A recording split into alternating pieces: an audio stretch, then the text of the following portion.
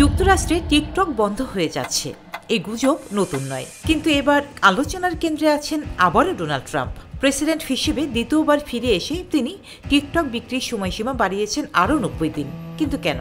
কারণ তিনি চান না টিকটক এখনই পুরোপুরি বন্ধ হোক। আর এই সিদ্ধান্ত শুধু প্রযুক্তি নয়, সরাসরি যুক্তরাষ্ট্র, চীন রাজনীতি, তরুণ ভোটার এবং মার্কিন নির্বাচনের সঙ্গেও জড়িত।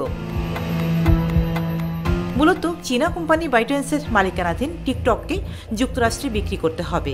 এই নির্দেশ আসে প্রথমে 2024 সালে বাইডেন প্রশাসনের সময়। আইনে বলা হয়েছিল নির্দিষ্ট সময়ের ভিতর বিক্রি না হলে অ্যাপটি নিষিদ্ধ হবে। ট্রাম্প এখন সেই সময়সীমাই তৃতীয়বারের মতো বাড়ালেন। হোয়াইট হাউসের প্রেস সেক্রেটারি ক্যারোলিন লেভিট নিশ্চিত করেছেন, নতুন একটি নির্বাহী আদেশে টিকটক চালু রাখার অনুমতি দেওয়া হবে বিক্রি সম্পন্ন হওয়া পর্যন্ত।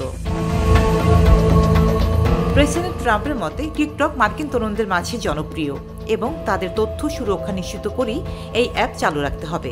বর্তমানে যুক্তরাষ্ট্রে টিকটকের ব্যবহারকারীর সংখ্যা 17 কোটিরও বেশি। তিনি বলেন, সম্ভবত সময় বাড়াতে হবে, চীনের অনুমতি লাগবে, তবে আমি মনে করি আমরা তা পাব। তার এই অবস্থান দেখাচ্ছে নিষিদ্ধ নয়, নিয়ন্ত্রণ ও বিক্রির মধ্য দিয়েই সমাধান খোঁজা হচ্ছে।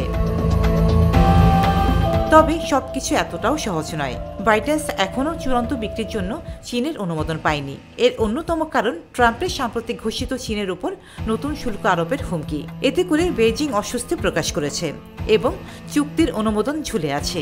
বিষয়টি এখন শুধু ব্যবসায় নয়, দুই দেশের কৌশলগত টানাপোড়েনেও পরিণত হয়েছে। ডেমোক্রেটিক সিনেটররা বলছেন, প্রেসিডেন্ট ট্রাম্পের এই সময়সীমা বাড়ানোর কোনো আইনগত ভিত্তি নেই। তাদের মতে কংগ্রেসের পাশ করা আইন বলবৎ না করে সময় বাড়ানো মানে রাজনৈতিক স্বার্থে আইন উপেক্ষা করা। ফলে পুরো বিষয়টি এখন রাজনৈতিক ও আইনি বিতর্কের কেন্দ্রবিন্দুতে। সব মিলিয়ে টিকটক নিয়ে এই লড়াই শুধুমাত্র একটি অ্যাপের নিয়ন্ত্রণ ঘিরে নয়, বরং ভবিষ্যতের মার্কিন তথ্য নিরাপত্তা, প্রযুক্তিগত কর্তৃত্ব এবং বিশ্বব্যাপী রাজনৈতিক ভারসাম্যের প্রতিচ্ছবি। তবে সামনে কি হবে সেটাই এখন দেখার বিষয়। রোজিনা রোজি, দেশকাল নিউজ।